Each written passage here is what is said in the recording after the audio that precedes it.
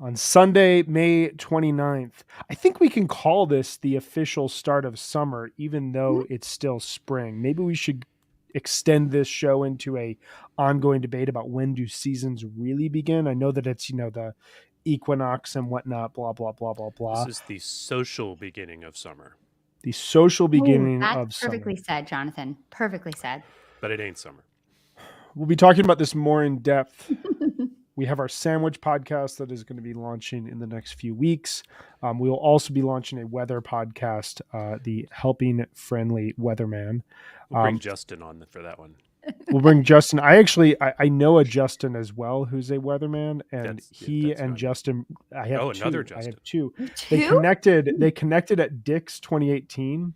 And it was like the funniest thing in the world because the two of them just sat in a corner and talked about weather patterns over the venue throughout set break. They're going to do this. That's so awesome. The one I know originally did a weather report before my wedding that was really funny. Nice. Gave the whole breakdown of what was happening in the sky. But we are not here to talk about the weather. We are here to talk about Phish's second night at Orange Beach, the Wharf Amphitheater. They did. Mm-hmm. They just kept coming back out on stage. It's kind of crazy. Medusa 3 times last night, even though people didn't scream for it after the second time. It was kind of wild. We'll get into that a little bit later. But this is the Helping Friendly podcast. You know us, but just in case you don't, my name is Brian. I'm here with Megan and Jonathan. Here for another round. We've got like 27 shows this spring and summer that we're going to be covering. So you're going to be seeing these faces a lot, plus some other faces, because we are joined today by a couple of guests that we are very, very, very excited about. The first of which is going to join us here in a couple of minutes. And I'm insanely excited about this because it's the first time he's been on the podcast. He and I talk about Phish all the time. We talk about music all the time. And to have him on the podcast is going to be incredible. It is my brother, which is I'm very, very excited about that. And thank you, Ben Goodrich, for telling us they also encored again. I never said they were going to stop. Yes. We know what you said. Everybody knows what you said. Exactly. Tonight, today, this afternoon, wherever we find you, we're going to be talking about Phish's 5/28/2022 show from Orange Beach, Alabama. Before we do that, 2 quick pieces of business. We are pretty good with guests right now for our upcoming run of shows here throughout the spring tour. But if you are interested in hanging with us, either for one of these spring shows, we can always bring another person on, or for our summer shows, please hit us up on Twitter. Let us know what shows you're going to be at, and we'll continue to flesh out our larger guest list. We love talking with you all as you go to shows. Because when we see this stuff from the couch, we get a decent perspective and a decent understanding of what happens. I think we know what's good Phish and what's good Phish. It's kind of all we do is talk about good Phish here. We want to know what it's like on the lot. Like, is it dusty? Is it sweaty? Is it particularly nice where there are a lot of tickets lining the ground? Mm-hmm. Did the person beside you sing every single word all night long? We want the vibes. How was the French bread pizza? That's what we need to know, really. Pizza? We need a review of every French bread. We need to just send a Phish Guy Fieri out to review French bread pizzas. I'm into that. We'll see if that's in the budget for summer tour. So if you are interested, please go ahead and reach out to us. Also, as a reminder, as always, please subscribe to Osiris Media on Apple Podcasts. Great way to support independent podcasts and help us continue to do what we're doing. Before we jump into the show, who wants to do our testimonial? Our testimonial to Sunset Lake CBD, our wonderful sponsor. I'd be happy to do a testimonial. I will sing the praises of Sunset Lake CBD all day, every day, because their line of smokable hemp products are for the old deadhead or the young Phish fan searching for a mellow body high. Smoking CBD has all the benefits of high THC cannabis, but without the paranoid and anxious side effects. With 9 different strains from this year's harvest, there is something for everyone. The Hawaiian Haze is awesome for an outdoor show. Maybe tonight in Alabama, you can have some Hawaiian Haze, and cherry abacus is best for the end of the night. So all the flower is grown, cured, and trimmed by Sunset Lake CBD farmers. And they have this awesome farm-to-table approach. So they're going to give you really great pricing because their CBD flower is going to ship directly from their farm to your door. It comes super quick too. They have really fast shipping. I just ordered some sleep gummies with melatonin. They arrived. They are magical. I would highly, highly recommend. I liked their regular gummies for sleep, but these are like next level. So check it out. Go to sunsetlakecbd.com and use the coupon code HFPod, and you're going to get 20% off all your products. Sunset Lake CBD, farmer owned, Vermont grown. I'd just like to say they're also good for the old fish head and young deadheads. I know those. Oh, exist. right. Okay, so like you swapped it. Yeah. Yeah. No, Yeah. I mean, it's not a correction. It's an amendment. I think we a very should good It's for point. everyone. not be exclusive of old deadheads. Yeah. Young deadheads are cool too. They're They do super exist, cool. and I do realize as I'm about to hit I'm in my late 30s now that like I am starting to get to that middle to older part of the fish community. You know, I at least I want to Yeah. think that I am. There's You'd now think you are, younger but fish fans than me. The older fish fans are also getting older. Well, Yeah. see, I'm not able to get any sort of facts wrong about the 1990s. That's the thing is you can get facts wrong, Jonathan and Megan. I'm not allowed to do that because if I do, you're outed as a 2.0 noob. You can say, "Hey, I'm a little bit older. I saw fish in the 90s." It's I forget. I can't stuff, do that. Yeah. I forget It's stuff. normal with aging. It's normal, but like I have to get everything right. There's a lot of pressure on me to prove that I'm an old fish fan. Ryan, doing you this for always 20 step years. up though. You always make us proud. I brought stats to this episode as well. I'm very, very Somebody's excited got about it. I mean, we wouldn't expect anything less. All right, we're going to bring our first guest on today. This is my brother, Kevin, who is, I don't even know how many fish shows he's seen this summer, but he's seen a lot. He's on the road. He is heading to Maine with his dog, Bruce, and he has stopped from Denver in Alabama. Don't tell me how that's a direct route to Maine, but he figured out a way to make it work. And I am really, really excited to have him come on and talk about his experiences at Orange Beach this week. And we'll probably have him on later this summer because he's going to be seeing a lot of fish. Ever Kev considered Bo. Alabama on the way to Maine? But It's somewhere. It's not. There you are. But it's an excuse to get to Maine is to go to the deep south and catch some of these shows. Sweet. So awesome. Welcome. Yeah, Thanks, guys. for coming. I need to bring some immaturity here because today will be my 69th fish show. Nice. So I'm hoping Nice. for a you sexy thing, Mm. shafty. It's gonna These get. are I'm good hoping vibes. for- That's a good Sunday night I'm hoping show. for a naughty Sunday show. Have you asked for aren't we always? handed for tonight's show? No, I was kind of going through all the songs and thinking, what are the sexiest ones? So, yes, ass handed is included. Ryan, Ass handed is included. that's a podcast episode topic. Ooh, Sexy yeah. fish songs. Yeah. Sexy fish. Oh, this is like right up my Okay. alley. Please, please. I like that. All That's right. good. Because is it groove based fish or is it song based fish where they're singing Both. about? Because Yeah, hey, definitely sexual healing. Both. What a perfect night for it to make a comeback. Oh, Yep. Yeah, that's what I'm talking about. Late '98 it. fish. I'm into this. mhm. Yeah. So, Kevin, you and I have been listening to fish together for a long, long time. But tell the world, how did you get into fish? What was your first fish show? And what is your favorite fish show? I know I'm putting you on the spot with a couple of these, but run us down really quickly through that. Well, I mean, it's convenient that we're both here together because my brother and host Brian here got me into fish.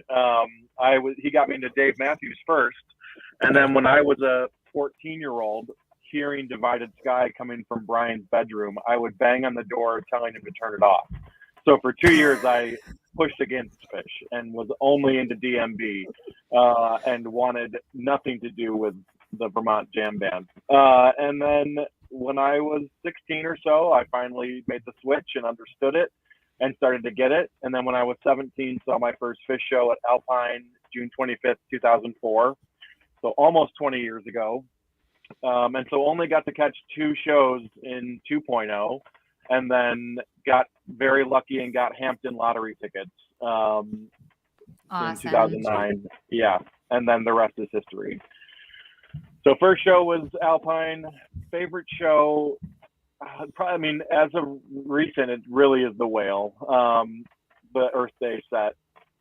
I've been chasing them for like the big New Year's shows and big Halloween shows, and finally felt like I got what I've been searching for when a whale and 4 dolphins came out in the garden. The thing you didn't even know you were searching for, right? Yep. Totally. Being That was underwater with fish on fake New Year's Eve is a pretty special moment there. epic show. Yeah, I still describe it to non-fans, and they're like, I don't know what you're talking about, but it looks cool.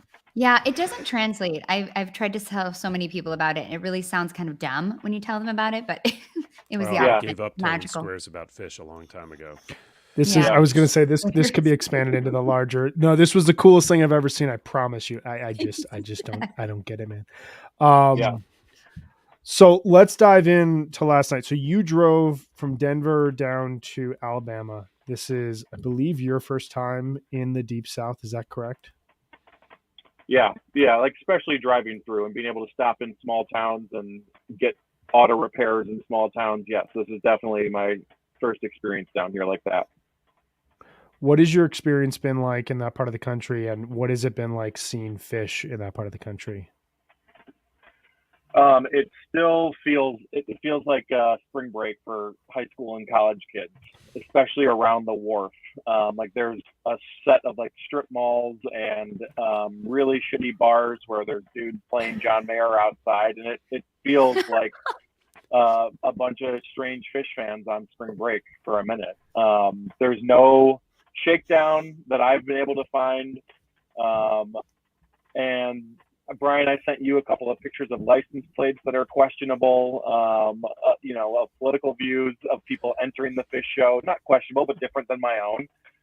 And so, yeah, it's definitely been interesting. And I'm seeing a lot more families and like dads in fishing gear who do not appear to be normal fish fans, but who are there and who are taking it all in like the rest of us. Like fishing gear, like vests with like a hook in it, or like No, fish more like t-shirts? the Columbia type of like tent material that dad would wear. Like we take the boat out in the Gulf, kind of. Oh yeah. Yeah, okay. Like there's Yeah, almost like- false advertising around going to see fish. Yeah, Like, this is a maybe thing they're I should do. misreading the assignment here. Yeah. It's really interesting. So are you seeing, like, when you see the crowd going in and in the venue, it feels like, I've got to imagine there's like aspects of it that feel like a fish show, but like the local aspect of it seems to dominate it, it sounds like. Very much so. Yeah. I mean, if being at MSG, last month, it felt like everybody in New York was there for fish. Now it's like, it feels like there's 6 of us here for fish and 8,000 people who live around here who are either trying them out for the first time or something, or just looking for somewhere to take their kids because tickets have been free. Yeah, I know Wow. that you've had a pretty easy chance getting in and out into the venue each night. How has your experience been inside? Has it been full? Is it easy to move around? Like, what has it been like for you? I picked a seat in the bleachers last night, right on the aisle, kind of straight back from the band, and nobody at any point came and said, "Hey, these are our seats." So Wow. there's lots of room, and I kind of prefer being up there. I mean, the pit looks great, and it does look like it's crowded, and people are really getting down, which is awesome. But it is nice to also be up in the stands and especially being here solo. Not having to hold down a spot along the rail, but really just sit up top and take it in and be, an outsider. Good view of the lights up there. Yeah, beautiful. My eyes have been closed for a lot of it, and I have to remind myself, wait, you're here at the actual show. Open your fucking, I don't know if we can swear on here. Open your eyes, but yeah. I do the Just same put the thing. E next to Yeah. it. You're good. I don't watch most of the show when I'm at the show. Yeah, me neither. It's like you got Chris Kuroda working right in front of you, and like everybody just closes their eyes and gets into the music. I get it. That's the way it is, man. Well, let's jump into it. So you were at night one. You and I were texting a bunch during that show, and as well as after that show. We both agreed, and I think that I can say collectively on the pod here, we all agreed that the second set of night one had exceptional flow and really did not strike me as a band that was playing their first night of a tour. Give us just kind of your brief kind of overview of night one and what your thoughts were and what it was like for you going into the second night. I agree that like the first set was fun. I loved like a big twist, first time twist opener, and I really enjoyed the sand, and I love the old home place. So like there were just a lot of songs played in that first set that I really enjoy. But I also noticed a good amount of flubs. I feel like I sound like Brad Sands when I talk about their flubs, but like true, it was noticeable after going from MSG where it felt like they were playing incredibly, that the first set had a few mishaps. And then the second set came along with that slow llama opener, and everything from there I loved every minute of. I was totally locked in, and the people around me seemed to be digging it too. And it was just, it was great. And so then going into the last night, I still like have had very level expectations of like, I don't care. I'm excited to be here. I'm by myself. This is a much different experience than flying to MSG with a group of friends. And right from Sigma Oasis, felt like their playing was a lot tighter. Noticed like didn't have any moments where I was in my head being like, oh, Trey fucked up. No, I was really, really digging it. And like again, so were the people around me. So they open with Sigma, and I agree with you. Like it sounded tight, it sounded punchy. I was noticing the kind of like bridge section as I'm moving into the final chorus. Like Trey kind of brought everything down to silence, and Paige just like his synths and his I don't know if he was playing the Rhodes or if he was playing his synths, but like it was just this beautiful like bell like music behind, and it just like added a layer to like the song performance itself. But then there was a moment, they come out of the song, Trey's soloing, and you hear him take it around one additional time. And you're wondering, is he just going to peak this aggressively because it's the opener? And he kind of changes keys a little bit. He goes into a minor key, and immediately my phone starts buzzing, and I'm getting texts from friends who are watching at home. Oh my God, are they jamming Sigma Oasis right now? That to me, like when an opener does that, when it shocks you and you're just thinking we're getting an opener song, it's going to be a palate cleanser, we're moving into the rest of the show, and then that goes into a 19-minute jam. That is one of my favorite things that you could possibly see at a show. What were your thoughts on the Sigma Oasis jam, Kev? Very similar, of like very impressed quickly on, and I noticed how evil it got pretty much right away. Yeah. And you know, like the first night, the evil fish came out very much in the second set, and so I love that stuff. And so Sigma Oasis to start with that beautiful song and then get dark pretty quickly, I was into it very much. Meg, Jonathan, what did you guys thoughts on it? Well, I was happy that they jammed it because I had called for a jammed out Sigma Oasis on our prediction show last week. That was your surprise jam of the tour, and it comes 2 shows into the tour. I mean, nailed it, Jonathan. Nailed it. And it's, they've jammed it out before. They did it at Dick's last year. They did a 15-minute version. But this one, cracked 19 minutes, this close to the $20 everybody chip in the Mockingbird 20-minute, rather, chip in the Mockingbird threshold. But, yeah, I thought it was a good, they modulated, they got weird, and I was sitting and playing my guitar along with it, which nobody wants to hear, but I was alone in my office, so it was fine. Been there. And it had some nice movement. It was heavy, but it wasn't so far out that, I don't know. Well, you were there. Did it bug out the squares? Did it did people start looking around, wondering what is happening in this Fish concert thing? Yeah. It very quickly moved from a song to what the hell? Yeah. I've noticed that too with the people around who don't seem like veteran fish, whatever. Like, it definitely felt noticeable that the jam was so loud that people couldn't keep having their conversation.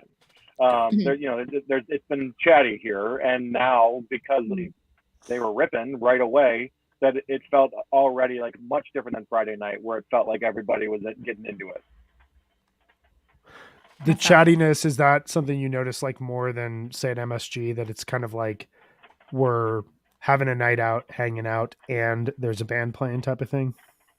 Very much so. And again, I'm up in the stands where there's more families, there's more young kids, and there also does seem to be like more passive fans.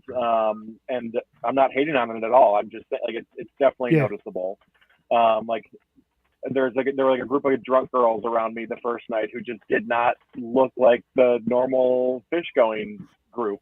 And one of them was into it. The other ones were like, "Sit down, please. You're embarrassing us." And it was just like, she's going for it. Go. I'm cheering for her. Yeah. Seriously. Yeah. Meg, there was a moment like midway through this Sigma Oasis where I just wrote down hypnotic groove jamming, and I was thinking of like what tends to be your style of jamming. Like it's melodic, but it's like danceable. It's groovy. What were your thoughts on this jam? Oh, you guys know me so well.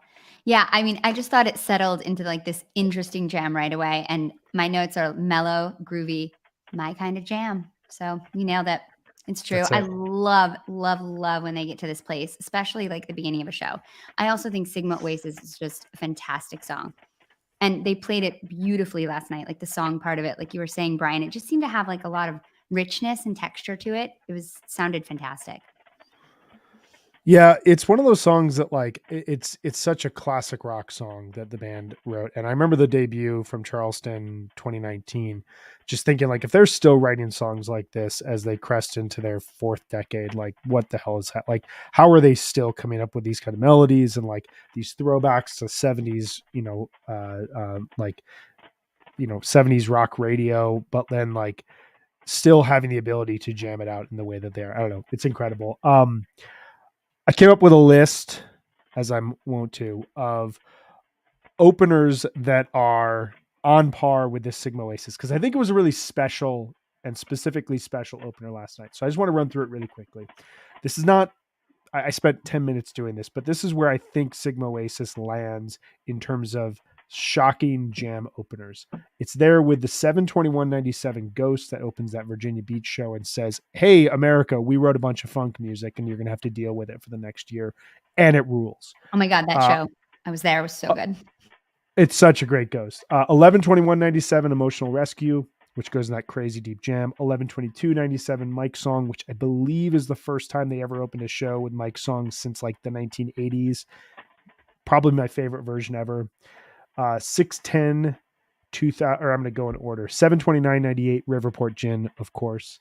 6/10 2000 Down with Disease, 27 minutes that opens the second night in Japan. 7/9/03 You Enjoy Myself, Shoreline. The last song that they played at Shoreline 2000 was You Enjoy Myself, and they come back. They open up with You Enjoy Myself. A couple more. 7/23/03 Sense, the first time Sense and Subtle Sounds ever jammed. Deer Creek. 7/25/17 Sample in a Jar. What better way to tell us that jam filled actually means jam filled? 10/19/21 from Eugene, Down with Disease, 25-minute long opener. And last night 5/28/22 Sigma Oasis, almost 20 minutes. Amazing, amazing moment, and amazing like signifying, hey, we're here and we're feeling really, really into playing music right now. I might also add the Carini from the first night at MSG, just because it was such a statement. Great call. That was inexcusably left off of this list, but that is a great call. 420 Carini, yeah. Blew it, Brian. I blew it. Yeah. Everything was great until the Carini. My God. He only spent 10 minutes doing it, you guys. If he had 15, would have been on point. 15, he would have nailed it. See, and this, kids, is why you leave extra time for your homework every night. This is true. So you can excel in class the next day. In all faurfairness, I was feeding an infant while I was compiling this list, so I feel a little bit excused here. Excuse. Most of us have kids. All right, let's jump into kind of the middle part of the set here. Possum, ACC Bag, and then an absolutely gorgeous version of Reba. Kev, what did you think about this? I loved it. I love the old songs. And I texted you because I saw a bunch of dead possums on my drive through the South, and I saw two more after the show as well. And so that's the kind of things that I love about traveling from city to city, seeing the band, is being reminded of the things in our everyday life, even if it's just a song like Possum. But to see dead possums, I was like, oh, I can't wait to hear Possum now, and I'm going to remember this going forward. AC/DC Bag was great, and then Reba, I was like thinking during AC/DC Bag, I can't wait to hear Reba this run, and then sure enough, it was the next song, and so I just loved it. Those types of ambient jams, the Reba and the Rogue, are in my wheelhouse, and so I was a very happy fan up there. Well, I bet a lot of people were kind of taking like breaks and going to the bathroom and getting a lot of Southern drinks. Suckers. Yeah, but I was happy about it. I was like, cool, everyone's doing their own thing, and I love Reba and Rogue together. And so I was very happy. Yeah, I want to. I like the Possum. I thought of RJ, our erstwhile, not present today host, who has claimed not to love Possum, but says he's starting to get it. But Bag is, it doesn't seem like that long since October, but it's a 19-show gap. So they kind of laid off of it. So it's good to see that hasn't gone anywhere. And then really nice Reba, and a really nice Roger. I was excited when they dropped into that. I was excited when they dropped into Reba. Of course, actually, I liked all of these songs, so I was excited in general. But when they dropped into Roger after Reba, I was like, yeah, give me that. You can have it, Jonathan. You can have my serving. It had just gotten like a little bit cool, and like the light had changed a little bit, and we were watching in our backyard around a fire right when Reba started, and it was obviously darker an hour earlier in Alabama, but like I was thinking, like the first thought I had was, is there a better mid first set composition to drop into? Maybe Divided Sky, but like when Reba drops, you're getting this complexity and this like the band working through this exercise, and then like right when they go into the jam, it's just complete bliss mode. And that's there with Ocelot is like two of my favorite mid first set outdoor songs I want to hear at a show. Roger is right there as well. Megan, you are the longtime Reba lover here. Do you have thoughts on Reba? I thought it was gorgeous. I thought the Possum was really rocking. Perfectly played, gorgeous Reba. And, Roger is not my song, but I think it was placed really well here. I felt like it flowed really well in that part of the show, and I thought it was nice. And then to have like this... Go ahead, Jonathan. I just want to offer you a little bit of advice. Next time that you're at a show and they subject you to that song, just listen to Mike. Listen to the thunderous playing that he delivers during that song. You think of that song as a delicate tune with whatever you may think about the lyrics, but just listen to how Mike rips in Roger next time, and you might come around. I think one thing that's interesting is if you're looking at this set list as like a larger set list, there are 3 ballads played throughout the show. Roger, depending on what you think of What's the Use, that could be considered a ballad, just in the pace that's played at. And If I Could, and to me, to pick those 3 songs as a ballad to throw into a set list, they're not what you're expecting. They're not going to take too much energy out of the room, but they're still going to allow the band to like take a collective breath and move forward. And I thought that from a set listing standpoint was one of the better parts of last night's show. We moved then into a massive bust out, which I couldn't believe this hadn't been played since October 25th, 2013. My mind's got a mind of its own. 285 shows since the incredible Worcester run of fall 2013, which to me has always felt like the 30th anniversary run. You're in the Centrum, it's dingy, it's middle of fall. The Red Sox are in the World Series. Not to bring too much baseball into today's podcast, I don't think but that like was a factor in those shows. They did. Trey did play Take Me Out to the Ball Game before the second set each night, and give updates on the Red Sox score. So I disagree with you not thinking it was a factor. It's a factor for the fans, maybe, but the rest. I think Paige was really into it. But there's only been 44 versions of My Mind's Got a Mind of Its Own. It's so wild. The debuts, cover, man. Like they got their own weird ass little songs. So Totally. Yeah, It's a weird cover, but I know, I like this love song debuted on 3/7/92, and all the songs that debuted on those first few 92 spring shows are in the rotation, except for Mhm. my mind's got a mind of its own. Kev, what were your thoughts on seeing this? I know that you are a deep, deep, deep bluegrass fan. Yep. And I loved it and thought it was perfect. Like I enjoy being in the South, and near somewhat to bluegrass home. And so I think that there were a lot of people in the crowd who perked up for this. I was like, oh wow, they can do this too. And that was it was perfect. Yeah, you've got this and you've got Old Home Place from the night before. I wonder if we're gonna get like a Ginseng or Nelly Kane tonight. I'd be down with just do both of them back to back. I'd be into that. Or we finally get a Billy Strings cover. I wouldn't hold out, but Yeah, that one I'm seems not. far off. Little Norman Blake though is very probable. Mm-hmm. That'd be quite a hat tip of the band to play some Billy Strings. That'd be amazing. We finish out the set with two songs that I did not anticipate to finish out the set, but really, really showcased the synth pedal.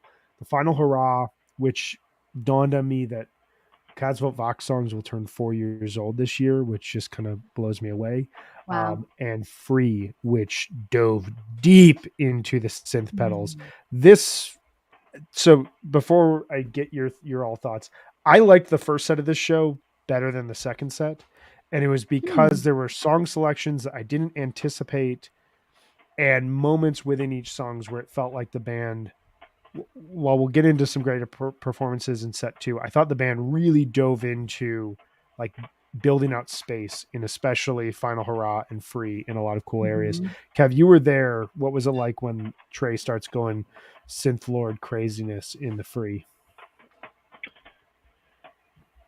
I didn't notice the synth lord craziness. I feel like I always have a feeling when we're getting towards the end of the first set, like whether I'm looking at my watch or not.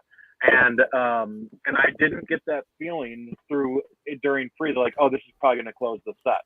And so I remember it being played very well, and I need to re-listen to it. But in general, I don't remember it standing out for me. I'm sorry. That's fine. Brian looks mildly disappointed. He's Brian, like, Brian's disappointed, but the rest of us are totally fine. The rest He of just us texted totally my dad and I. Yeah. Cut off Kevin's inheritance. Get him off his tour. He's not listening exactly close enough to my standards. I gotta say, I mean, there's more shows he can cover. We can work on this. It's the okay. Free is 11 minutes long. It's like they dipped in, but it was in and out. It was like, because the song itself is 4 minutes, 5 minutes, and then they jammed for a little, and then they reprised it. So there's really, this is, I think what the professional podcasters call micro jamming. They got in there, they did some shit. It got a little weird, but then they got out in time for you to go, it's still free. You didn't even forget it was free, but they also didn't bore you. So you weren't like, oh, they're probably going to take a break here in a minute, because it was 10:30 Eastern. Yeah. Or Western. I don't know where the hell it was. 10:30 or Eastern. so when they went off stage. Central. And so it was good timing. I thought it was good wrap to the set. This is my jam. Yeah, I'm excited to hear it. Yeah, this is my jam of the night. I mean, there's like this galactic face-off going on, and it's just like sounds so cool and trippy. And then Trey comes in at the end with these like piercing like notes just like sailing over the synth sounds and comes back kind of seamlessly. You hear like the Free riff just like coming back in. It's really nice. I loved it. I also think this is like the perfect anthemic set closer. It's just like this is a song that like I could hear at every show and I'd be happy. It's just so good. Plus, they are playing beach water songs, which is really nice. But not like hammering them to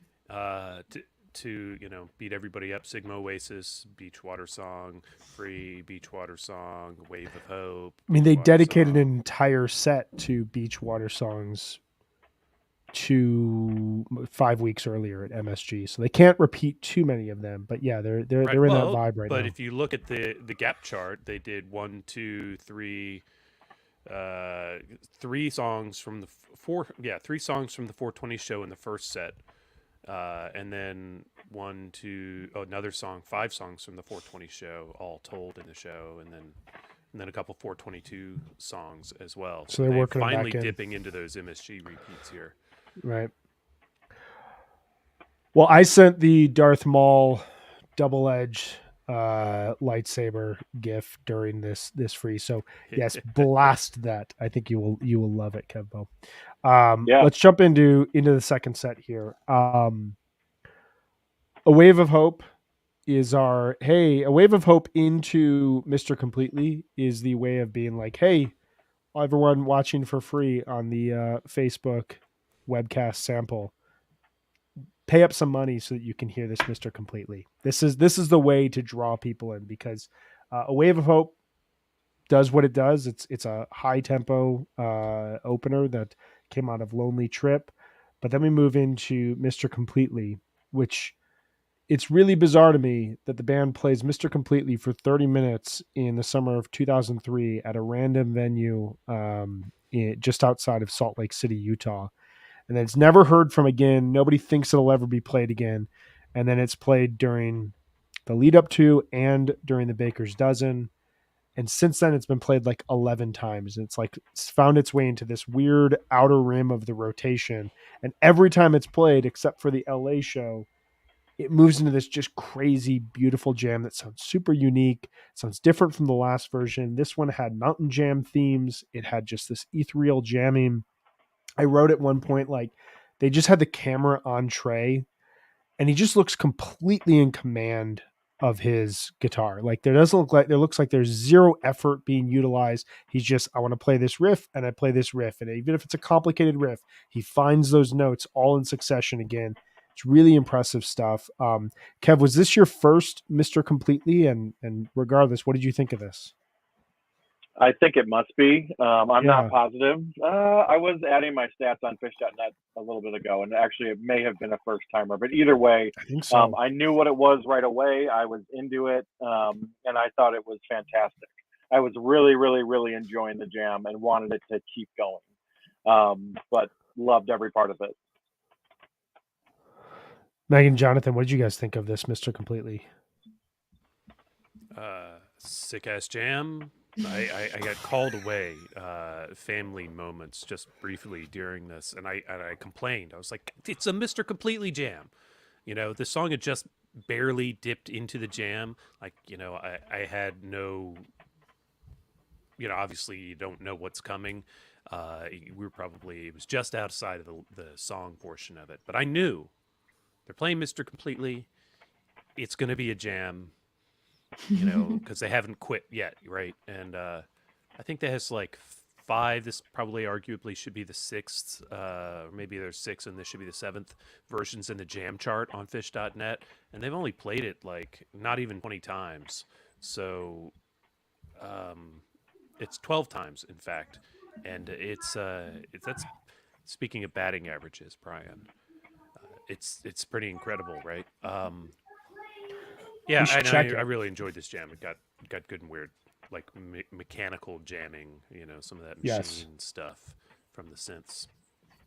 But then, like, very uplifting and bright, and like a super cool ending. Like, Great peak, really, yes, really nice peak and really like bright and sunny. But then ends in this like, that kind of like machinery sound. I thought it was super cool. I also really like Wave of Hope. I feel like it's just like really has this catchy refrain. It's just like a nice, positive, like summer shed song.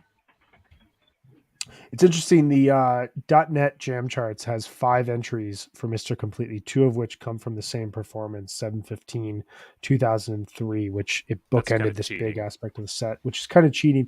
I would argue out of the 12, well, they technically say 12 versions have been played, 11 versions have been played because they count 2 from 7/15. I would say 10 out of 11 of the versions should be on the jam chart. It is as high of a batting average song as you could possibly get it. Every time they play it, they seem to just find magic. Walk Away comes next, which always makes me laugh because of how much coverage we've done of the 1980s. And like they played that song in Nectars, and now they're playing it like midway through second sets in, random tour stops throughout the country. It was great, rockin' version. They used to do this thing in like 2010, 2011, where they'd go into a Tweezer reprise style jam out of Walk Away. That was always very cool. They don't do that as much anymore, but it still gives you good energy. We moved into Golden Age next, which I was talking about this with the Mr. Completely, but I felt it with Golden Age. Like Trey finds this riff that I'm watching it on the screen. They've got like the camera right on him. It's a couple measures and it's like all the way across like the higher register of his guitar, but like it doesn't look like the kind of riff that you can just like discover and then play again for memory. But that's what separates Trey Anastasio from us mere mortals. And watching him refigure it out and then play it a third time and a fourth time, and it kind of descend us out of the Golden Age song before it goes into like the percussive jam segment we're used to. I just found it really interesting. Kev, what was your thoughts on this Golden Age, and where was this for you in terms of like, your favorite moments of the show? Well, one thing I do want to say about Mr. Completely is that I convinced myself that I heard Lowrider, not teases, but I was like, oh, I can totally see how they went at some point from Mr. Completely into Lowrider.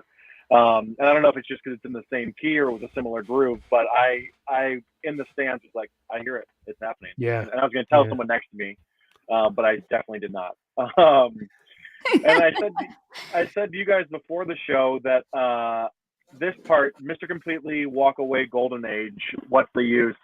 I didn't think that Walk Away fit in there. I like what Walk Away does during a show. It's such a big rock moment, and I think that there's a lot of familiarity with people who know that song. And so that is super cool. But I didn't think that like the outro Mr. Completely jam led nicely into Walk Away. That's me being solo and critical and sober at the show and just listening and whatever. But that was my takeaway at some point. How dare you have an opinion? We'll just use that to convince everyone out there that in fact, we are not all fluffers on this show. No, I agree with you. I think the thing that was interesting about last night's second set compared to night one is whenever a segue happened on night one, I was like, that feels very natural. And last night I thought with Walk Away and I thought with What's the Use, like, okay, we need to figure out what to do next. Here's another song. And that, for me, when I listen back, means I will probably listen to these jams in isolation rather than as a complete set. Whereas I think I will listen to night one, set two as a full set every time I go back to it. I kind of hate that I agree with you, Brian. It took us long enough, but we had to agree on something. I enjoyed the show when I watched it last night, so I didn't think of it that way when I was watching it. I didn't feel like Walk Away was a bad call or didn't flow per se. I enjoyed it, and I like Walk Away. Like I feel there are times where the band wants to ground the audience, give us a touchstone, and sometimes they do it with a ballad, and sometimes they do it with a ballad, and people on the internet hate it. Here they did it with a good rock song. I think also a good rock song that plays to the normies in the audience if there are any left after set break. So I think it was a good call. It's a Saturday night show, you guys. So we're gonna rock out and yeah, I did miss the like full on Tweezer reprise-ish rave up. It didn't quite go there this time. They did it though. Like last time they played it, they did it at MGM in Vegas when Oh, you're right. Yeah. I was there and it was great. And but anyways, carry on. I was noticing something interesting about What's the Use. I was talking with a couple other buddies about it. There seems to be a decision made of should this song that we're currently playing keep jamming or should we go into What's the Use? Because What's the Use is kind of a jam in and of itself. And I really, really love the mood that What's the Use creates. And so I'm personally in favor of it. But I was looking at statistically, What's the Use has been played 56 times total since debuting on 7/4/99 in Atlanta. Between 7/4/99 and 8/30/14, a total of 403 shows. It was played once every 20 shows, give or take. 5% of all shows played during that period in time. Since then, August 8th, 2015, it was the next performance after August 30th, 2014. August 8th, 2015, which Kevin and I were at, to May 28th, 2022, total of 230 shows. It's been played once every 6 shows, or 16% of all shows. And so it definitely feels like, they love where they find themselves in this space. And like the way that they just get down to complete silence is such a lovely and new addition to the song. But it does feel like there are times where they're playing a jam and they're like, we could just go into What's the Use, have that resolution that you're talking about, Jonathan. And it's an interesting kind of balance of like, What's the Use doesn't really ground you, but it also grounds you because you know that melody that keeps coming back over and over again. I was also thinking about like the normies in the crowd, and like if they hear that riff, if they think that, oh, they're just jamming, and it just sounds like the band is just jamming on stage, but we all know there's like a composed angle to it. I don't know if anyone has any thoughts on What's the Use that go to that level, but I always have thoughts about What's the Use. I mean, I'm like a What's the Use junkie. I think like when those chords start, it's just like that vibe is just, it sets a tone, and it just really, I don't know, I love it. And I think this whole section from Golden Age, which I think was such an awesome like rhythmic jam. I actually heard like a little bit of like a Franklin's Tower like rollaway riff in there at one point. It's like there's just like a little bit of it. It's like it's interesting. Anyway, I thought that going into What's the Use then, and then the MoMA dance, and If I Could, that 4-song section was perfect flow. I loved all of that together. And I think What's the Use is making a major comeback in a way that's like cool. Yeah, I like the way they define a space. You know, they before this song was debuted as a song and performed in like 98, this is a zone they would kind of enter. yeah. And as we know, the origin of the Sickett disc is that is studio jams that have been, were edited, curated, and edited and whatnot by Page and John Sickett to make an album. And I've always felt like What's the Use is the sound of those 98 jams filtered through extremely humid summer night air.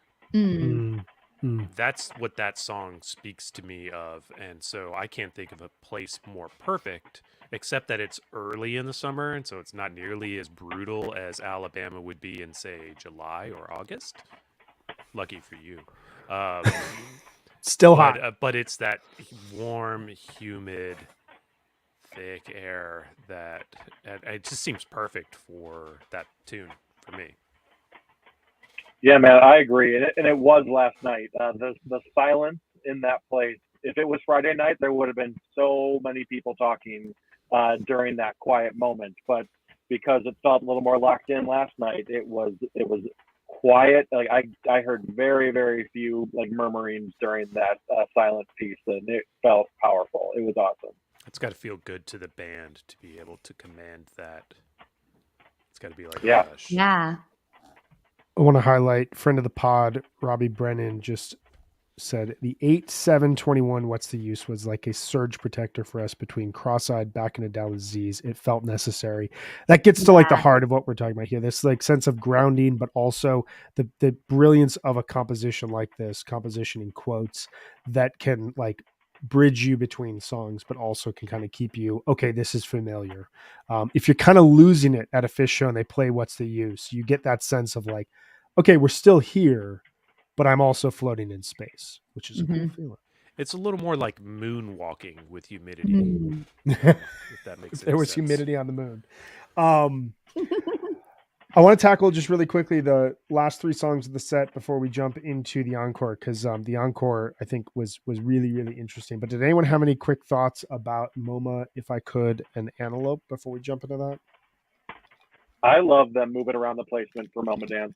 I really, again, I'm kind of sick of it in an early first set place. I mean, Brian and I saw Tab play it at Red Rocks last weekend or 2, however long ago, and it was fantastic in the first set, of course. But now having it here late second set, again, doesn't totally fit the flow for me, but I really enjoy it being mixed up.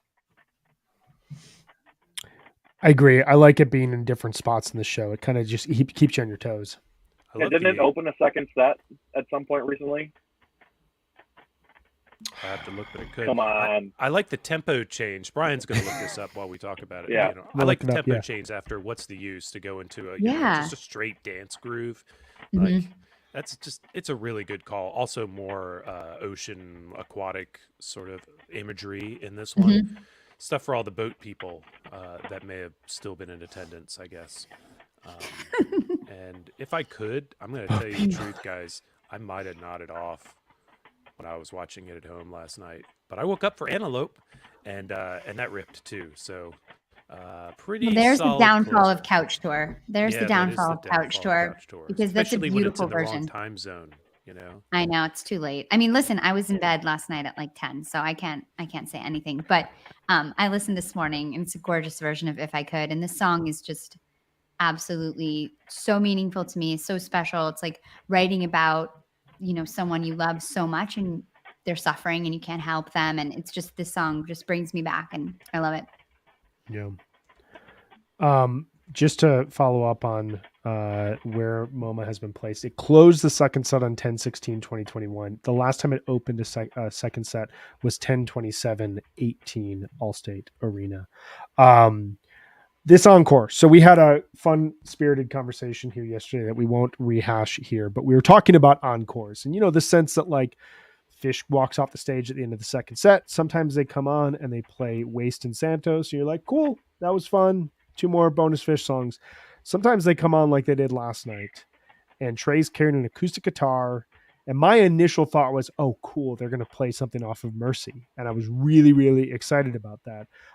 But they zagged like they always do. I never predict Fish correctly, and it's one of my favorite things about them.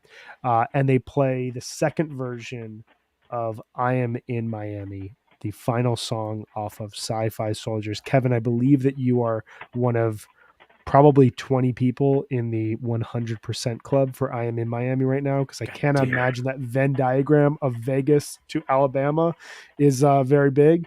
But what were your thoughts on this? And then obviously we'll get to like the big encore that happened right after. I loved it. I knew it right away with Trey bringing out his acoustic guitar and was really hoping that that's what they were going to be doing. And the people all around were wondering, like, what is this? What is this? What is this? And then to hear the crowd laughing during every chorus, it just feels like it fits in part of the a cappella group. Like people were loving it. And I think that it couldn't have been better. I love it.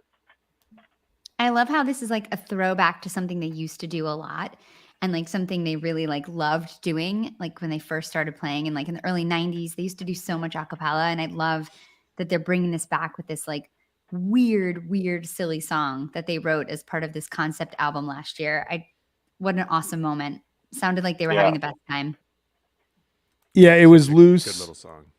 There were like moments where like they didn't seem fully connected, and that like we talked about this yesterday, like when does it fit when a song is kind of loose and flubby, and this felt like it fit very well. Like you should be laughing as you're singing these lyrics. I thought of you, Kev, when they had the Colorado lines, which made me think like, oh, you're on this big trip and they're singing about Colorado, but like being in another part of the country. And then they finish and Trey's laughing and he goes, the old college tri-band from Vermont. And that line just like summarizes, I've thought often about this idea that like when Fish debuts in 1983, absolutely no one is asking for a mashup of King Crimson and Genesis and Lost in Space nerdery and weird humor. Like nobody's asking for this. And the band just kept pressing on, and we're here almost 40 years later celebrating them. Picks up the electric guitar and he goes into Isabella for the third time since 7/31/1998. Kevbo, what were your thoughts? I had 2 words written down in my notes, but what were your thoughts? Were they holy shit? That was holy my fuck. prediction. Okay, Yeah. Got one. Yeah. Yeah. Yeah. It took me about 10 seconds to recognize that it was being played. And then when I did, I just was full on like air guitar. A lot of people were filtering out. But I was so into it, just rocking and loved it. Mag John. I'd like to be clear that my thoughts as spoken, and I'm not going to rehash it really on encores, but never leave until the encore is over. Even the most superfluous of encore is still Fish play. Stay. You stay, especially Facts. because the second song might be freaking Isabella. Yeah. You don't I mean, leave. Yep. This All right. encore was clearly a rebuttal to our conversation yesterday. So Fish is definitely on my side.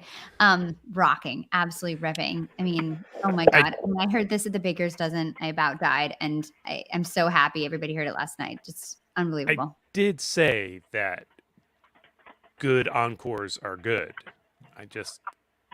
I feel pretty comfortable that Jerry Garcia and I share the same position on encores, so I'm going to say no more. JGB never played an encore. You're right. It's interesting. The one show where I considered leaving early during the encore was 6/29/16, and the rationale for that was I played hooky from work in Annapolis, Maryland, and I drove up to Philadelphia and I saw the show, and I was like, I've got a 2.5-hour drive home, and I got to go to work tomorrow. And as I'm walking out of the venue, like I'm walking down the stairs, I'm now in the pavilion, I'm walking out, they come out for the encore and they start playing Dear Prudence. And I was like, I'm not leaving. I can't leave. I am never going to see Dear Prudence again. This is the third time they've ever played it. So I'm right there with you. Very young man, and a man told me about how he missed the Ripple, Cap Center 88. Ooh. I learned my lesson from his mistake. Mm-hmm. You don't leave till the lights come up. Never. That's it. Kevbo, final thoughts on this show and any thoughts going into the final night of the Orange Beach run? It's going to be a sexy one. It's like I've said it. Loving this. Yeah. No, I've been really, really pleased so far with the music and with the venue, despite the police presence and everything that people are talking about in that front. But yeah, the music's been great, and I'm looking forward to a real sexy show tonight. Show number 69 for you, buddy. It's going to be a big one. Yep. No pun intended. Well, enjoy it. This is what happens when you get my brother and I on. Enjoy it, my dude. We are going to have you on multiple times throughout this spring summer tour as you make your way around the country to get your thoughts on the shows and on the vibe, because I think it'll be interesting to compare what like this first weekend is like to when this band gets to like Meriwether Post and they're at a place where like 95% of the people there are just, completely into what's happening at the show. Because I don't think you've ever seen a show at Meriwether, but it's another level. No, and I've never done any of those outdoor East Coast shows. Oh, fun! Something special. Yeah, I can't wait. The last thing I can share is my license plate is a Colorado plate that says 97 Fish on it, and I have never Love you. Yeah, but like it's terrifying driving through the South with that and a bunch of fish stickers on the car. I love legal marijuana. And so I love it wherever I go. And it makes me very, very nervous to have these 97 Fish plates as I'm leaving and driving through the back roads of Alabama. Yeah. Pro tip, ain't legal there. Yeah. So yeah. There's signs outside the venue that just says 0 tolerance policy, no drugs. Wow. Yeah. Well, be safe, be well, get some rest here today before the final show, and we will be in touch, my dude. And we're Thanks, going to meet up everybody. at Jones Beach for sure. Yeah, please. Can't wait. Awesome. Cool. Awesome, Be safe. man. Thanks, guys. Have fun. We'll talk soon, Kev. Thank you. Bye. All right. All We're right. So gonna what bring- more could we possibly do with this episode? We have 2 conversation points that there was only one person who thought about them to the length that we did and can give us an update on gear, and that is Mr. Ryan Storm. All right. So we're going to bring Ryan Storm on. We've got a Sweet. couple things that we want to dive into here as we close out this episode, as we look ahead to the final night. Mr. Ryan Storm, how are you doing, my man? You are muted. Let me unmute you. There we go. That's better. I had muted There you myself. go. I'm great. Good to be on. Good to finally be on when Jonathan's here. How you doing? Yay. Hey, The Ryan. worlds collide here. Hello. I'm here up in the Northern Ontario wilderness, up at camp. Oh, So, it Awesome. looks Sweet. awesome. yeah. Awesome, man. So I wanted to bring you on. I had a couple of questions for you, but the first thing I wanted to just get a general sense. You did such an incredible job breaking down Paige's rig from MSG I think you were up on the Chase Bridge and you could see everything and you gave like a big rundown. Are you seeing anything on the webcast or hearing anything that's different about his larger rig or anything that he's favoring in the early part of this tour? Mm-hmm. So obviously, lots of synthesizer and electric piano work, as has been the trend the last few years. Actually, for this run, he got a new synthesizer. So he had a Prophet 08 that he brought back into the rig in February in Mexico and had that at MSG.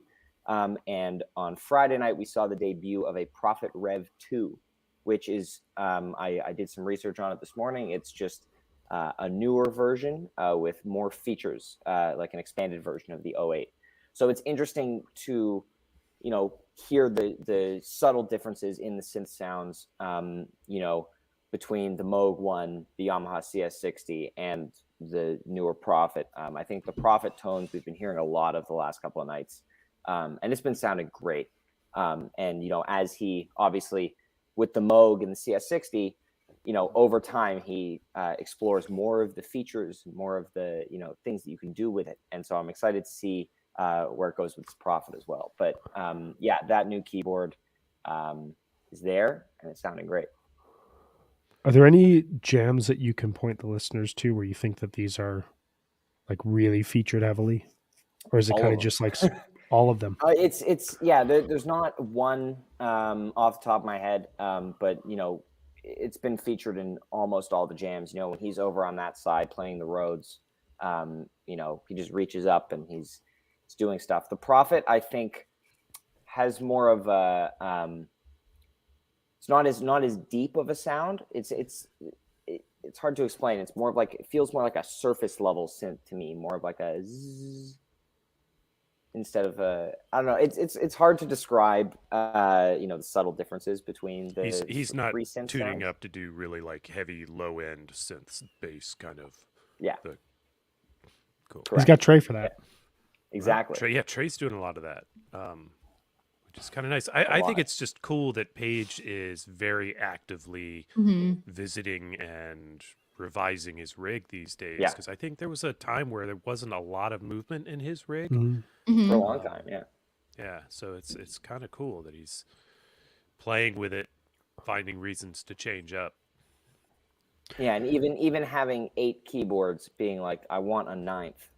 Like, need more. I don't have enough to do. Well, it is interesting because like I find that a lot of the jams don't seem to have like there's not a prominence on the grand piano.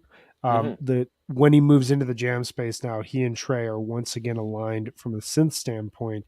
And I was thinking about it this morning, like this feels like the first time in I don't even know how long that the technology that was introduced one year is carrying over deliberately to the next year and is not being abandoned in favor of a new sound.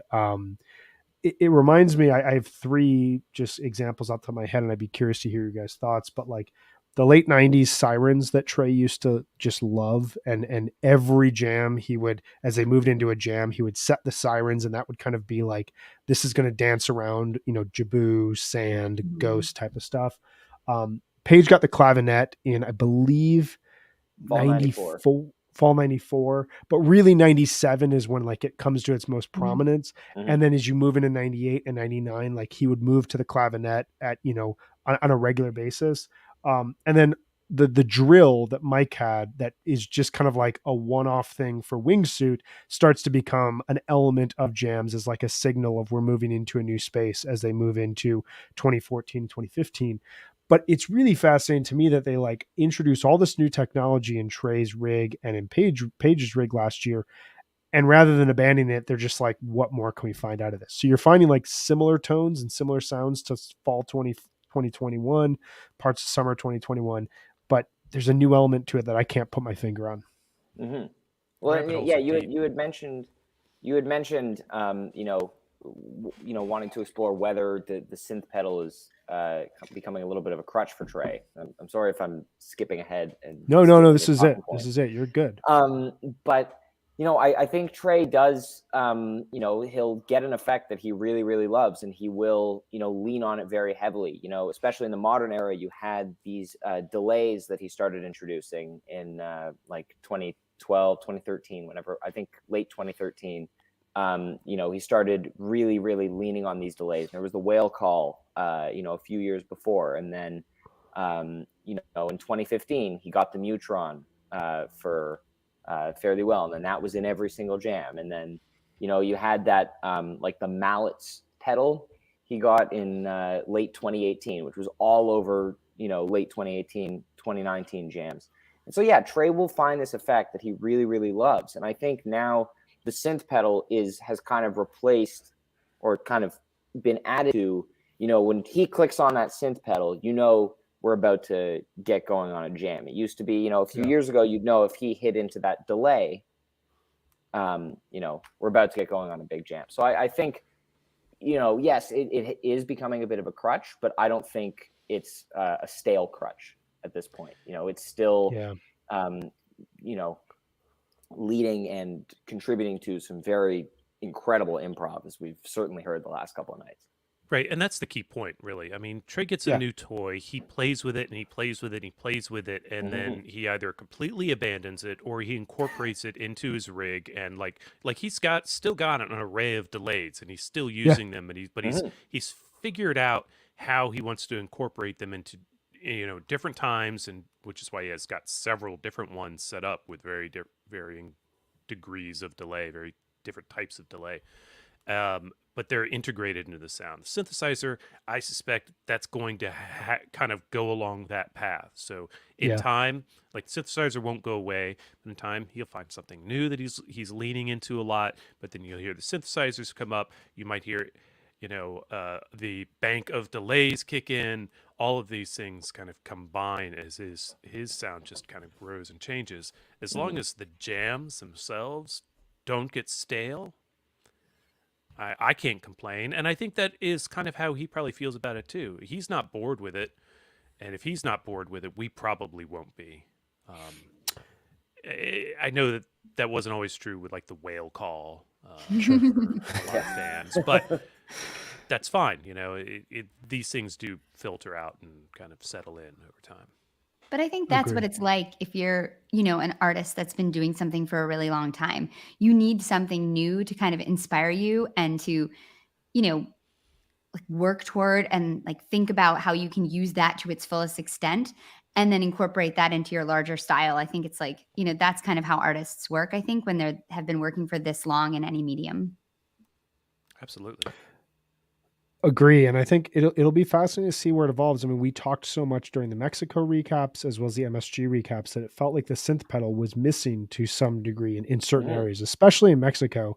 And it's wild to see it, return. Like we haven't had a year like this with Fish in a very, very, very long time, where we have these 8 shows from different runs leading up to the summer tour, spring tour, if you will.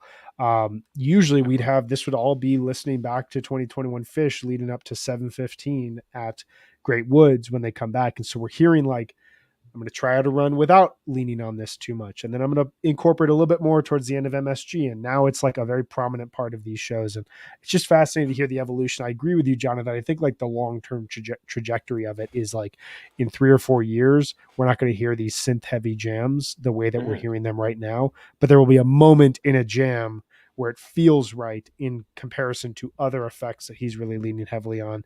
And it will just trigger your mind back to 2021 and 2022. Yeah, and I want to highlight how strong these past 2 nights have been. I think also it's a factor on how busy they've been, especially Trey. He played a bunch of Tab dates in between MSG. He's playing with Tab a week ago. Played with Oysterhead.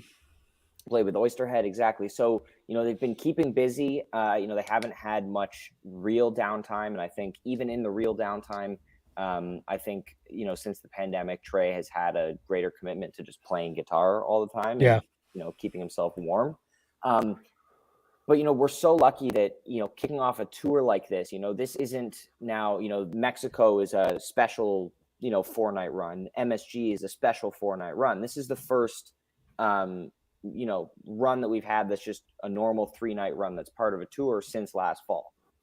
And so I think we can, now the removal of the special occasion factor, we can see that they're throwing down 2 like really amazing shows. And if you put these, in 2019 as the first 2 shows of the tour, like even just back a few years, that's an incredibly high level of playing that I think is, beyond what we're used to, especially in the modern era, with this kind of stuff. And also, knock on wood, tonight being just as good, if not better. That's a really, really strong 3-night run to kick off a tour, which again, we're not used to having really, really consistently strong 3-night runs. Or multi-night runs, really. Even last year, a couple of the 2-night runs over the summer, like Hershey or Nashville, the first night was kind of hit or miss, and then the second night was amazing. So it's really cool, to see this level of consistency. But we knew this might be happening after MSG. I mean, MSG was very strong, very, very strong. At the risk of giving in to the trolls, I was taking a drive this morning to get some coffee, and I threw on the Sigma Oasis, and the thought that just kept bouncing around my head is, this is not first weekend of tour Fish. Right, this is mid-tour. This is just it's just really on a different level that they're coming out playing the way that they are right now. And that's not to take anything away. Like I'm always a fan of kind of resetting the deck and reshuffling the deck and setting the foundation for the next tour by giving listeners kind of a preview of what the band has been up to, what they've been working at. Here are some new songs, and then let's incorporate that. And I kind of always enjoy that aspect of the tour opening period of a tour where it feels like new sounds and new ideas. This right now just feels like a continuation of everything that we've been hearing since that Simple on 7/28 2021 in Arkansas, where it was like, wow, that's a lot of new sounds that Fish is playing around with. Yeah. And now 10 months later, it's still bearing fruits in a really cool way. And also a bit better integrated. I just want to say, though, as you guys are hyping these first 2 nights, and you're right, it's this exceptional start of tour.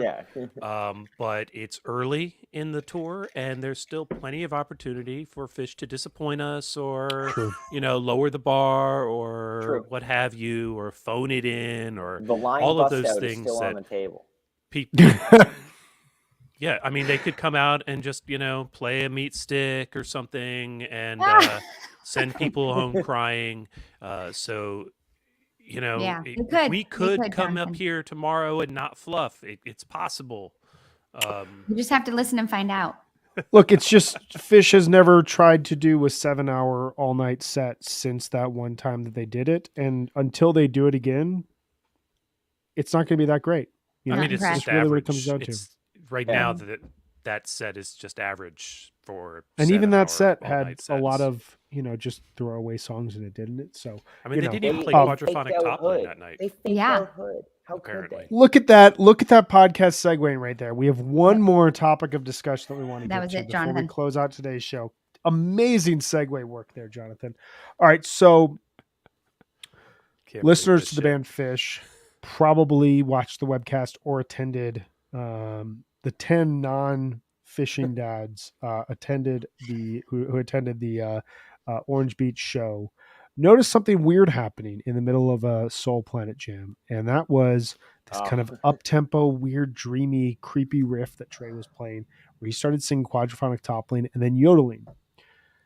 This was noted on Fish.net. It was noted on Live Fish. It was noted on the Fish website, on the Fish Twitter account. It shows up on the Live Fish page on your app. And then yesterday, there was a huge discourse throughout the community. Did they actually play quadraphonic toppling? And Mr. Charlie Dirksen spent some significant time revising the overall history of quadraphonic toppling. Of Fish. He revised the history of Fish. That's like, he did. He made some big revisions. I don't know. He updated the history, and he updated the Big Cypress set list. The rationale, as clear as I can read it, is this. I'm just going to read this really, really quickly. Studio. Wow, where is that's this? a good skim. Yeah, right. Wow, yeah.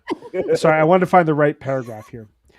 While the song was undoubtedly improvised, not composed in the typical sense, it has a clear and repeated melody line and music. And although it is unclear which band members playing which instrument, given the simplicity of the lines, it's plausible that in this quadraphonic toppling track, Fish was on bass, Paige was on guitar, Mike was on organ, and Trey was on drums. But we don't know.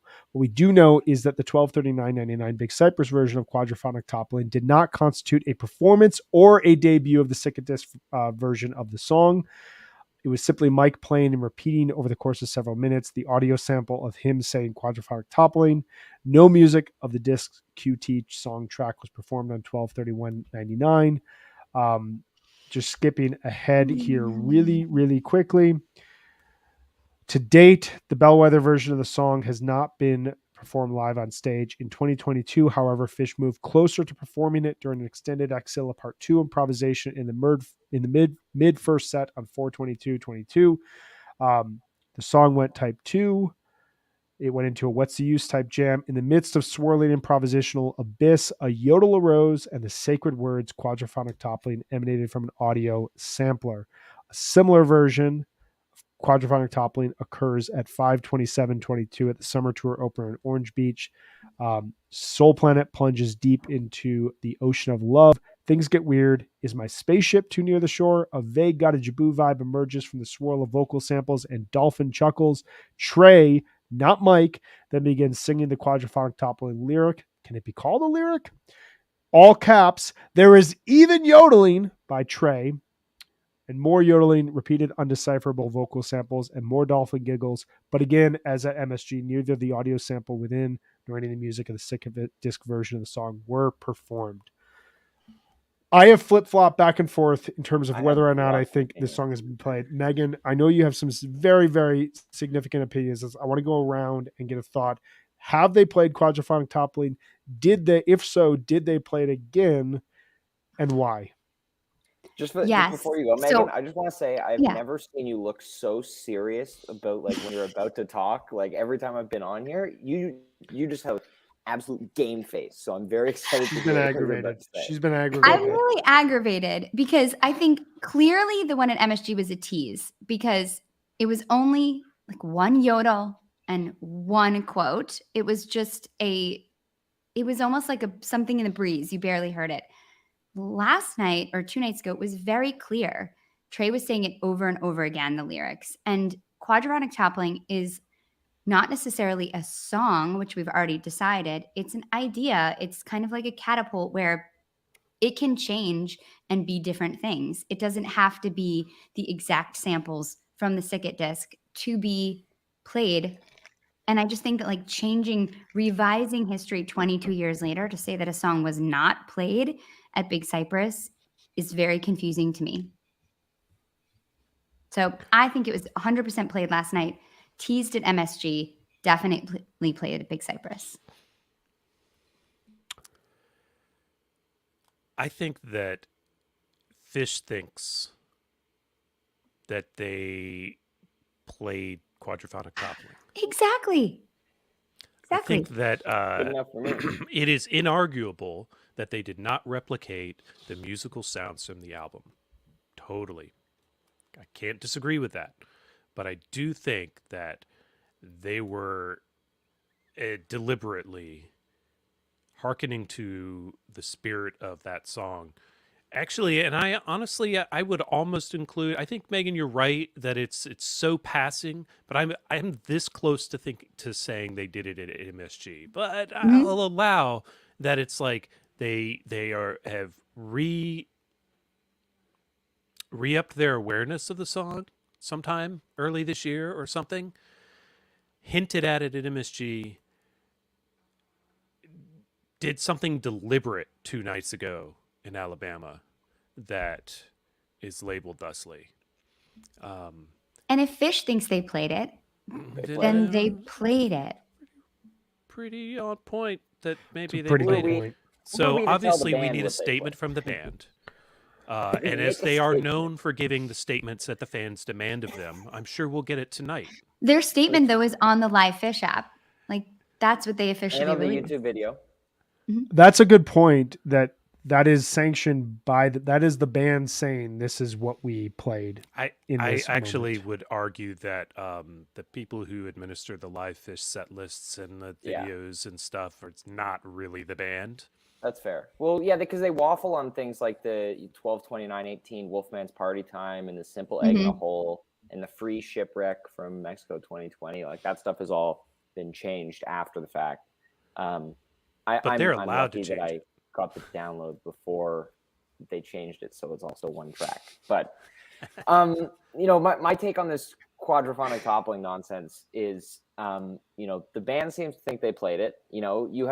This is not the only song in the catalog that's just kind of like some words spoken over X variable music. You have stuff like Catapult, you have stuff like Kung. And the only difference here is Catapult and Kung are not on a studio album like the Sicket disc. They've just been Catapult played. Catapult is. Never mind. Catapult is on an album. That's a rough one. But You're okay. You'll be invited back. Thank you. Credibility gone. No, it's cool. We cater to noobs too. Totally lost my train of thought. Catapult is not played exactly the same as it is on the album. It's on at the risk of screwing up again. It's on Nectar, right? Yeah. Okay, good. I got that right. You got it right. Hey, there we go. Points. Your point stands. It's okay. Yes. So the music is not played exactly the same as on Picture of Nectar. You have something like Dick's Last Year where it's played over the Robo Funk Jam. And then you have something like Merryweather 2014 where it's played over just like some space. So, is it not Catapult because it doesn't sound exactly like the studio version? No, because Catapult is not the music. Catapult is the words. It's meant to be some words sung over a jam. Kung, they literally played over 20 years, like they just sang it over the 20 years later jam, 12/29/16. Sometimes it's just over some space noise. Sometimes it's a completely made up melody in the vibe of wherever they are in the show. Exactly. Sometimes they don't even play music behind it. They've done that. Yeah. So I think quadraphonic toppling, falls into this category of a song that doesn't need to be the same musically every time. But yeah, at MSG, I think also it was a tease then because I didn't even hear them. Like I didn't even hear quadraphonic toppling in the building. I looked after the fact and they were like, oh, they teased it. What? It was like one sample. Of it. That's why. So really it was really short. Like, yeah, and it doesn't matter whether Trey or Mike sang it. Like if they play the Moma Dance and Trey sings it instead of Fish, is it not the Moma Dance still? Right. So it's you're splitting. If you're saying that they didn't play it the other night, and you're saying that they didn't play it at Big Cypress, you're then opening up a whole rabbit hole. Because now we can go back and look at every version of Kung and Catapult played and be like, well, actually, those songs have never been played unless they're, exactly studio. Kung never exactly happened. the same every time. Come at me, Dirksen. I think. Yeah, look at Charlie. This guy's young and scrappy. I think what it really comes down to, because I was listening to the quadraphonic toppling studio track a bunch this morning. And I think the point that's made here in this essay is that the simplicity of the music indicates that it could be replicated. It's not as though this is like layered studio tracks that there's no way that they could reinterpret this type of music.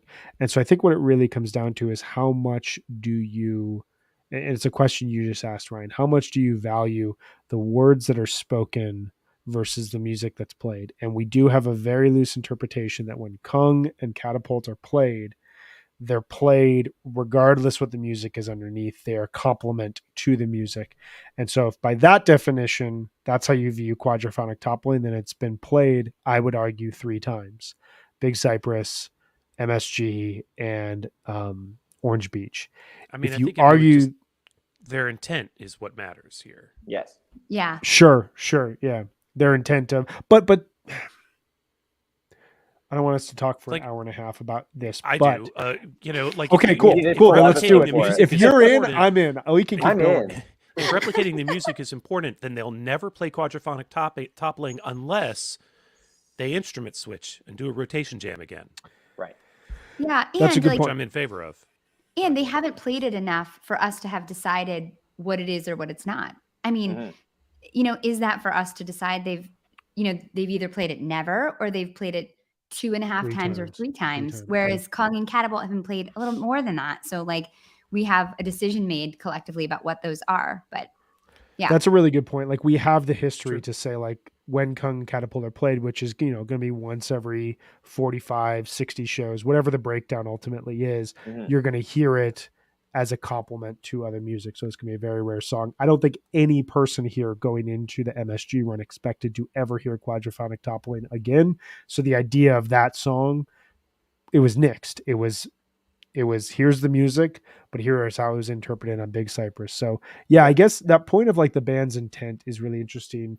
When they drop it I at think- Great Woods, we'll know what is real, Well, what is not. that's the thing is if they you play need to be this, in attendance? Predictive. If they Jonathan is play this the again, helping us.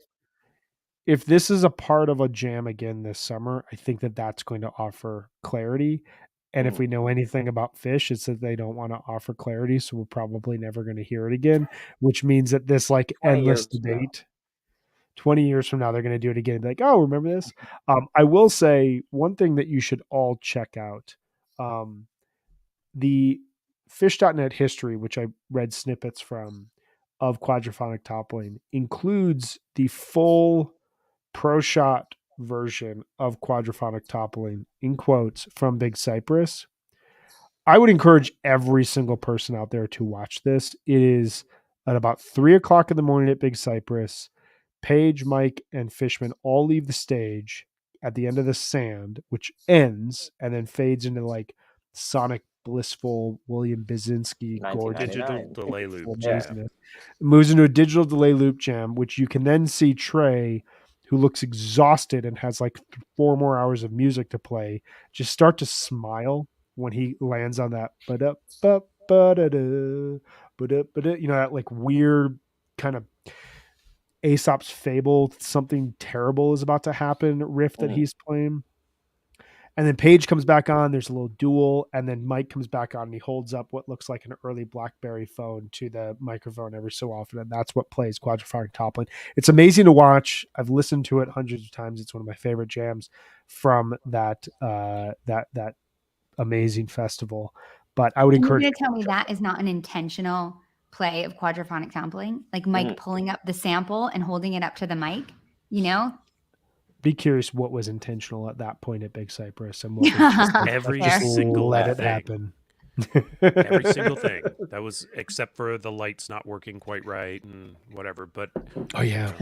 the music And on any number stage of other was things. all very intentional. I agree. It was awesome. Well, I want to be clear that I have now flip-flopped back to my original position. You all did a great job of convincing me that perhaps we have heard quadraphonic toppling.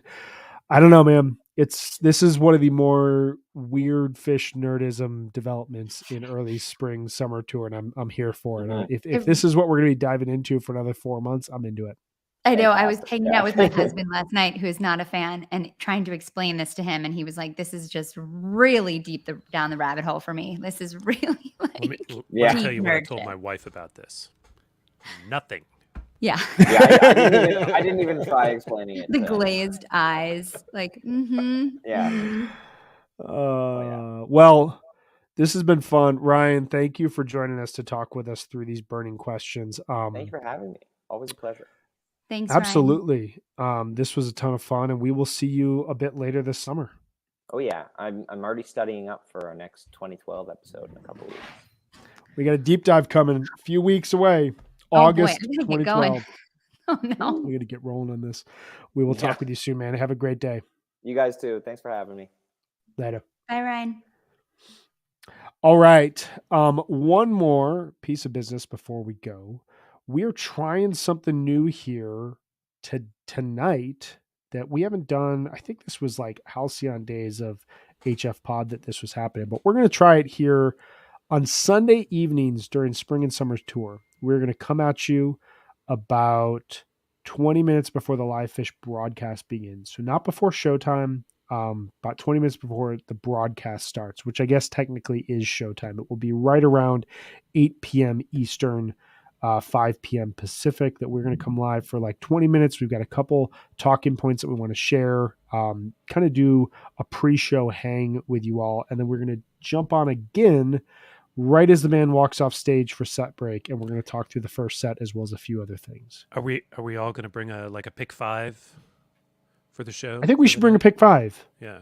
Okay. We'll bring a pick 5 to the set break, and we've got a few other topics. It's going to be fun. It's going to be loose. We're going to try not to dive too much in the weeds. Keep it pre-show hang type of vibe. But we're going to try this on Sundays, so we're going to do it this week. We'll do it next week for Deer Creek, see how it goes, and assuming everything goes well, we'll keep doing it throughout the summer tour. So come hang with us. You should be able to see the links in on Osiris Media YouTube, Osiris Media Facebook, as well as the HFPod Twitter handle will be on there. So come hang with us. Will be a ton of fun. Before we go, I want to tell you one more time about our friends at Sunset Lake CBD, which is a majority employee-owned hemp farm located just outside of Burlington, Vermont. And Burlington, Vermont feels famous and important for some reason, though I can't put my hand on it. Do you guys know? I guess it's where Sunset Lake CBD is from. Mm-hmm. For Ben years, is from. I think. Oh, yeah. that too. Yeah. Well, and for years, Sunset Lake was a dairy farm producing milk for Ben and Jerry's ice cream. In 2019, they diversified and they started growing hemp for CBD. They embrace Vermont's tradition for land stewardship by using sustainable and regenerative farming techniques. They build and produce healthy soils, are 100% pesticide free, use minimal tillage, and implement cover crops and crop rotations. They also serve as a research farm for the University of Vermont's agronomists to study hemp and inform best industry practices. I enjoyed some Sunset Lake gummies last night, as well as some grass that Megan talked about earlier on in the show. Amazing company, amazing product. Check them out today at sunsetlakecbd.com. Use coupon code HFPod for 20% off all products. Sunset Lake CBD, farmer owned, Vermont grown. Sweet. Anybody want to tell us about Cash or Trade before we go really quickly? Well, did you know that Cash or Trade is the only secondary ticketing marketplace where fans buy, sell, and trade tickets at face value? Fans are able to DM each other before, during, and after a transaction. You can rate and review each other when the transaction is complete, which communication is the key to everything, and they try to make it as easy as possible. There's also no added fees to sell your tickets.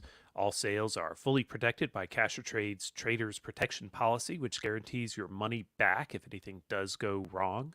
And you can avoid purchase fees with a gold membership subscription, which also allows you to see tickets when they become available. It's a good value if you're trying to move or pick up a lot of tickets. Totally worth your time. Visit cashortrade.org to learn all about it and sign up and find a ticket to that show you are trying to see. Absolutely. Great people at Cash or Trade. So thankful to be partnered with them. That about does it for us here on our big mega recap of night 2 at Orange Beach. Thank you once again to my brother, Kevin Brinkman, as well as young Ryan Storm for joining us today, diving into the show, as well as diving into pressing and urgent questions around summer tour thus far, spring tour thus far, wherever we're at. I don't know. We're on the precipice of summer. This has been fun. We will see you all in a couple of hours for a pre-show hang. So come join us here. Basically same spot, same hangout. It'll be great. We'll be back tomorrow as well to talk about the end of the Orange Beach run. So lots to do. Can't wait to see you guys later tonight. Yeah, thanks guys. I'm going to be here with a beer. Always. You do that. I'm going to You have do some that. tequila. It's true. All right. Pre-show hangs. Let's make it a pre-show hang. Let's All do right. it. See y'all. Be fun, gang. Okay, Look forward bye to it. guys. See everyone.